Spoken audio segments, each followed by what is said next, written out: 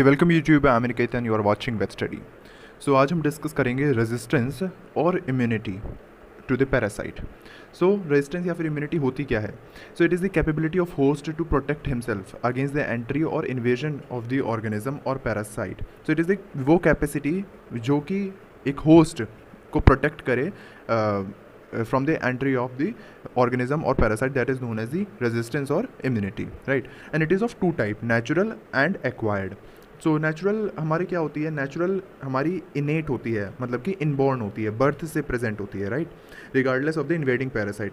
और ये इसके अंदर ये हमारा फर्स्ट लाइन ऑफ डिफेंस हम इसे कंसिडर करते हैं, ठीक है। वेयर इज एक्वायर्ड को हम second line of defence consider करते हैं, ठीक है।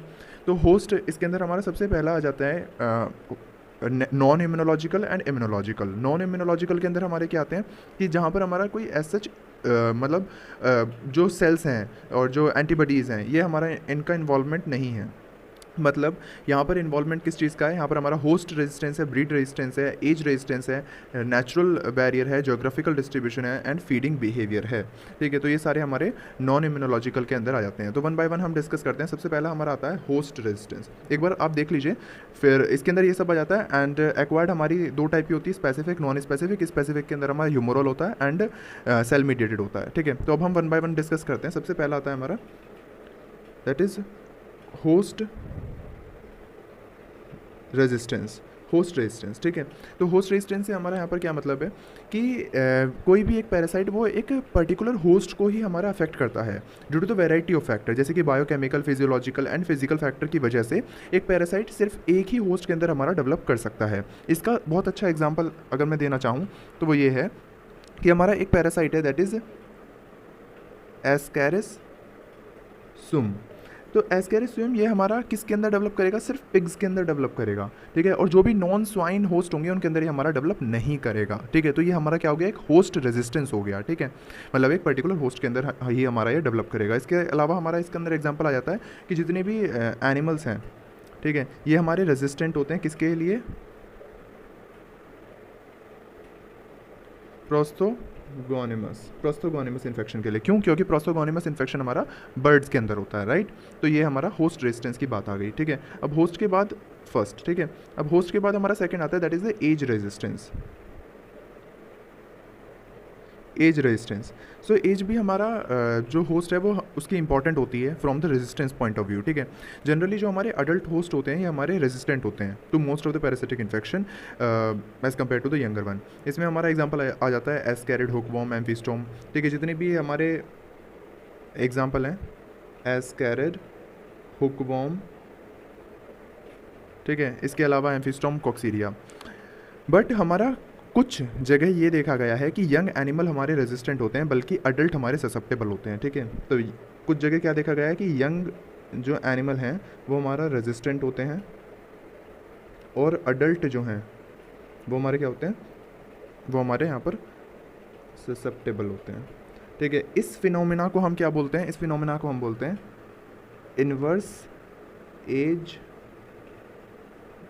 रेजिस्टेंस। इन्वर्स एज रेजिस्टेंस क्यों? क्योंकि जनरली हम क्या देखते हैं कि यंग को ससेप्टेबल देखते हैं और अडल्ट हमारे रेजिस्टेंट होते हैं, बट यहाँ पर उल्टा है, इसीलिए हम इसे बोलते हैं इन्वर्स एज रेजिस्टेंस। ये हमारा इन्वर्स एज रेजिस्टेंस हमारा किसके अंदर देखा गया है? इन्वर्स एज रेजिस्टेंस हमारा एक शॉर्ट टिक है ए बी के अंदर देखा गया है। ए फॉर क्या है यहाँ पर हमारा? A for anaplasma and B for babesia, ठीक है। तो एनाप्लाज्मा एंड बबेशिया, इन दोनों के अंदर हमारा क्या देखा गया है? इन्वर्स एज रेजिस्टेंस, जहाँ पर कि यंग हमारे रेजिस्टेंट होते हैं और अडल्ट हमारे ससेप्टेबल देखने के लिए मिलते हैं। फिर थर्ड हमारा क्या आ जाता है? Breed resistance. Breed resistance. So कुछ ब्रीड हमारी होती हैं जो पर्टिकुलर पैरासाइट के लिए हमारी रेजिस्टेंट होती हैं, जैसे कि इसमें हमारा सबसे अच्छा एग्जाम्पल है, that is N'Dama cattle. N'Dama cattle ये हमारी एक वेस्ट अफ्रीकन हम्पलेस कैटल होता है and it is resistant to trypanosoma infection, ठीक है। तो ट्रिपैनोसोमा का जो इन्फेक्शन होता है उसके लिए हमारा एंडामा कैटल रेजिस्टेंट होता है, इसीलिए हम इन्हें ट्रिपैनो टॉलरेंट ब्रीड भी बोलते हैं। क्या बोलते हैं? ट्रिपैनो टॉलरेंट ब्रीड, ठीक है। इसी के अलावा हमारा एक एग्जाम्पल और है, जो कि हमारी देसी कैटल, जिन्हें हम क्या बोलते हैं, Bos indicus. So Bos indicus जो कैटल है ये हमारे रेजिस्टेंट होते हैं टिक इन्फेस्टेशन के, टिक इन्फेस्टेशन के लिए रेजिस्टेंट होते हैं एंड थिलेरिया इन्फेक्शन के लिए। तो ये आपको ब्रीड रेजिस्टेंस याद रखना है, ठीक है। फिर इसके बाद हमारा आता है fourth, that is the natural barrier. Natural barrier, so natural barrier में different body part, secretion, temperature, इनका रोल होता है, जो कि एक नेचुरल बैरियर की तरह हमारा ये रोल प्ले करते हैं। इसके अंदर हमारा स्किन, हेयर आ सकते हैं, स्किन आ सकती है, हेयर आ सकते हैं, ठीक है, टीयर आ सकते हैं, सलाइवा आ सकता है। ये सारे हमारे क्या है, नेचुरल बैरियर हैं, जो कि हमारा ये हमारे आइदर ये हमारे टॉक्सिक हो सकते हैं और प्रिवेंट कर सकते हैं एंट्री ऑफ द पैरासाइट को, ठीक है। फिर इसके बाद हमारा क्या आता है, जोग्राफिकल डिस्ट्रीब्यूशन।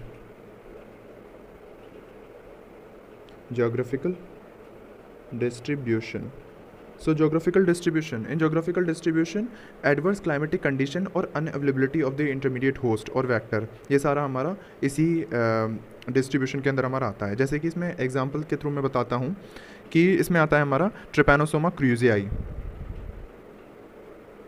हमारा एब्सेंट है इंडिया के अंदर, इंडिया के अंदर नहीं मिलता, ठीक है।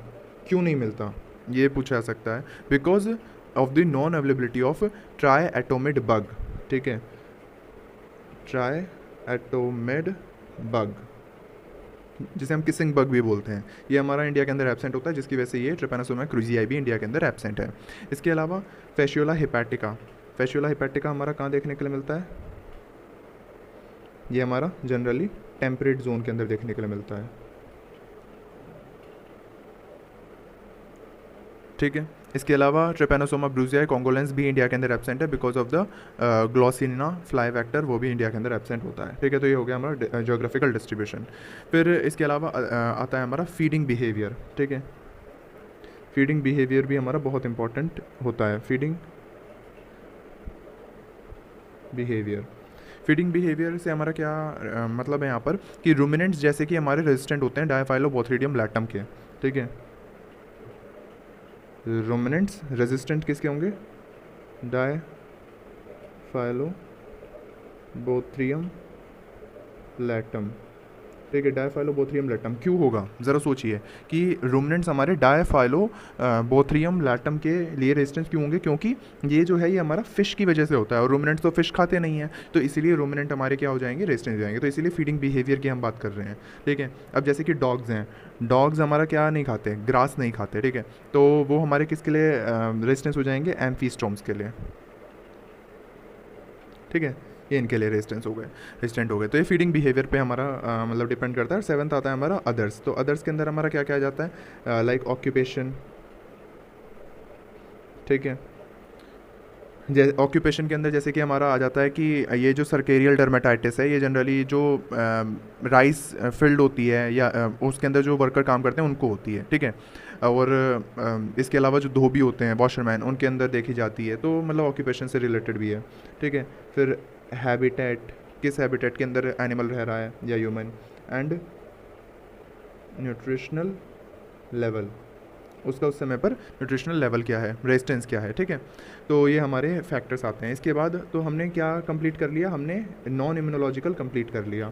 अब हम बात करते हैं इम्यूनोलॉजिकल की, ठीक है। तो नेचुरल के अंदर चल रहा था हमारा, नॉन इम्यूनोलॉजिकल हमने host, age, breed, natural barrier, geographical distribution, feeding behaviour और अदर, ये हमने कंप्लीट कर लिया। अब हम बात करते हैं इम्यूनोलॉजिकल की।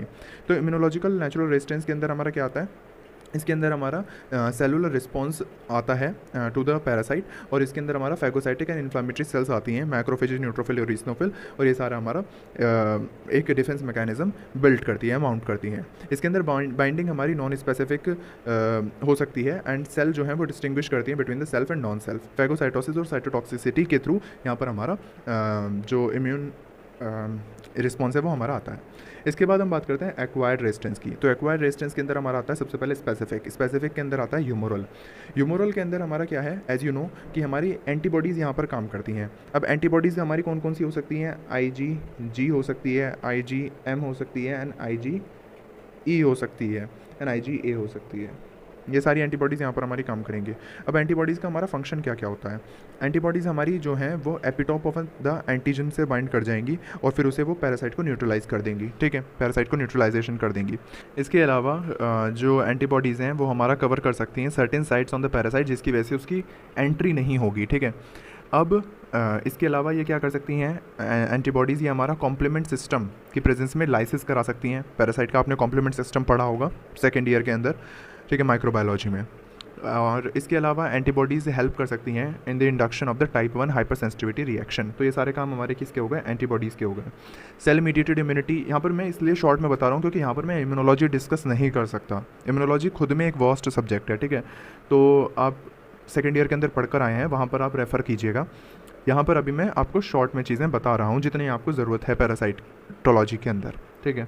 Cell mediated immunity, cell mediated immunity हमारी किसकी वजह से होती है? Macrophages, eosinophil, neutrophil and most important natural killer या एनके सेल और टी सेल, साइटोटॉक्सिक सेल की वजह से सेल इम्यूनिटी हमारी आती है। अब ये हमारा तीन चीज़ें इसके अंदर हम देखेंगे, activated macrophages, cytotoxic T cell and by antibody dependent cell mediated cytotoxicity. तो मैक्रोफेजेस क्या करेंगे? हमारे कुछ एंजाइम रिलीज़ करेंगे जो कि पैरासाइट को मार देंगे, ठीक है। साइटोटॉक्सिक टी सेल हमारा लाइसिस ऑफ पैरासाइट करेंगे by the release of cytotoxins and antibody dependent cell mediated cytotoxicity क्या करेगी? प्रेजेंस ऑफ एंटीबॉडीज़ की प्रेजेंस में ये हमारा किल करेगा पैरासाइट को। फिर आता है हमारा नॉन स्पेसिफिक। नॉन स्पेसिफिक हमारा क्या होता है? जनरली हमारा जो एक्वायर्ड इम्यूनिटी होती है वो हमारी स्पेसिफिक मोस्टली देखी जाती है, बट कभी कभी ये नॉन स्पेसिफिक भी हो सकती है, जैसे कि कुछ अनरिलेटेड ऑर्गेनिज्म या फिर माइक्रोबियल एक्सट्रैक्ट हो सकते हैं जिनकी वजह से हमारी होती है। जैसे कि अगर आप इम्यूनाइजेशन करेंगे बीसीजी से, बीसीजी का अगर आप इम्यूनाइजेशन कर रहे हैं, ठीक है, या फिर कोराइनी बैक्टीरियम पार्वम से कर रहे हैं या फिर ब्रुसेला अबॉर्टस के लिए, इन तीनों के लिए अगर आप इम्यूनाइजेशन कर रहे हैं तो उसकी वजह से क्या होगा? इम्यूनिटी आ जाएगी किसके अंदर? होस्ट के अंदर, अगेंस्ट दी इकाइनोकोकस ग्रेनुलोसस, ट्राइचिनेला स्पाइरलिस और बबेशिया माइक्रोटी, ठीक है। तीन पैरासाइट का यहाँ पर मैंने नाम लिया, इकाइनोकोकस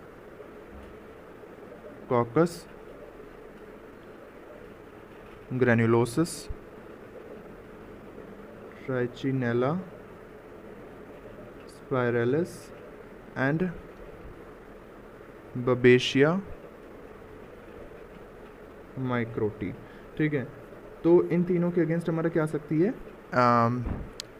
इन तीनों के अगेंस्ट हमारा इम्यूनिटी आ सकती है। तो अगर आप बीसीजी से करेंगे तो इकाइनोकोकस ग्रेनुलोसस, कोराइनी बैक्टीरियम तो ट्राइचिनेला स्पाइरलिस और ब्रुसेला अबॉर्टस तो बबेशिया माइक्रोटी, तो ये हमारा नॉन स्पेसिफिक हो गई। तो यहाँ पर हमने देखा resistance and immunity to parasite, जिसके अंदर हमने नेचुरल और एक्वायर्ड को दोनों को डिटेल में समझा। इसके अलावा यहाँ पर हमारी कुछ इंपॉर्टेंट अलग से टर्म्स और आती हैं जो कि आपकी कई बार पूछी जाती हैं, ठीक है, फिलअप में पूछ लेंगे या 1 मार्क में पूछ लेंगे।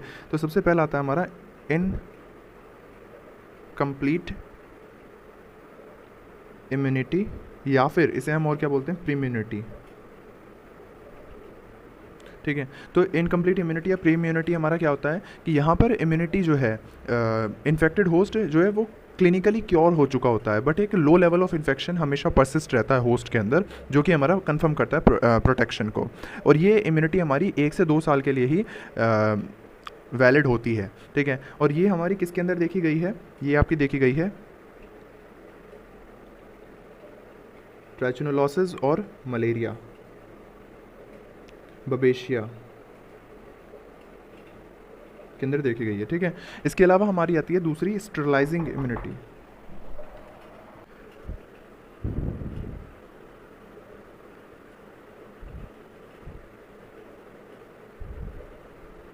तो यहाँ पर क्या होता है? हमारा जो होस्ट होता है वो क्लिनिकली क्योर हो चुका होता है और इम्यूनिटी परसिस्ट करती है थ्रू आउट इट्स लाइफ। तो इनकम्प्लीट और स्टेरलाइजिंग में हमारा क्या डिफरेंस है कि यहाँ पर तो जो होस्ट है वो क्लिनिकली क्योर तो हो गया है, बट जो इन्फेक्शन है वो हमारा होस्ट के अंदर सिर्फ 1 या 2 साल के लिए रहेगा। बट स्टेरलाइजिंग के अंदर जो इम्यूनिटी है वो थ्रू आउट द लाइफ होती है। और इसमें हमारा जो एग्जांपल आ जाते हैं वो हमारा है ईस्ट कोस्ट फीवर, ठीक है, विच इज़ कॉज्ड बाय थैलेरिया पार्वा, ठीक है, कैटल के अंदर। एंड इसके अलावा क्यूटेनियस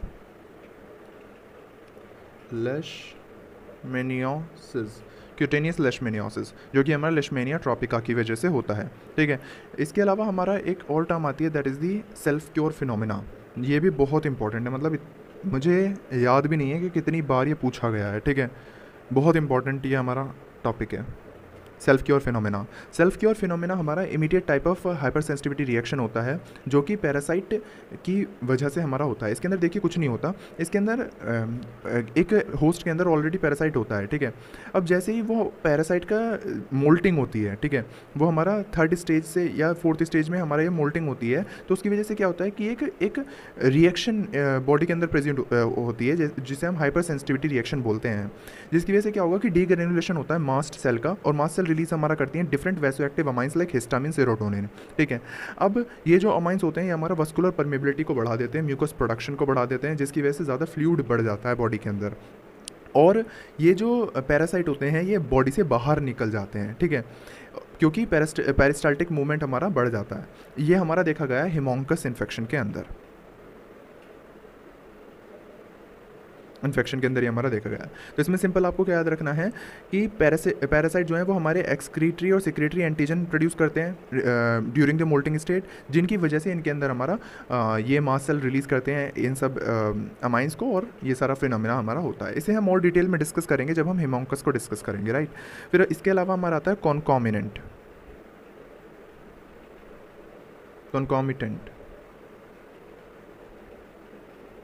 कंकॉमिटेंट इम्यूनिटी हमारी जो है वो हमारी just opposite to the self cure phenomena होती है। It is develop due to the existing adult parasite. ये तो हमारा मैंने बताया था लार्वल स्टेज की वजह से हो रहा था, थर्ड टू फोर्थ, है ना, ये हमारा अडल्ट की वजह से होता है, ठीक है। तो ये जस्ट अपोजिट हो गया सेल्फ क्योर फिनोमेना के, ठीक है। एंड ये हमारा इफेक्टिव होता है against the invading larval parasite, मतलब कि इसके अंदर ऑलरेडी अंदर अडल्ट प्रेजेंट है, बट अगर बाहर से लार्वा आ रहा है तो उसके अगेंस्ट ये हमारा काम करेगी। इसके अंदर अंदर लार्वा प्रेजेंट है, बाहर से अडल्ट आ रहा है तो उसके अगेंस्ट ये हमारा काम करेगा, ठीक है।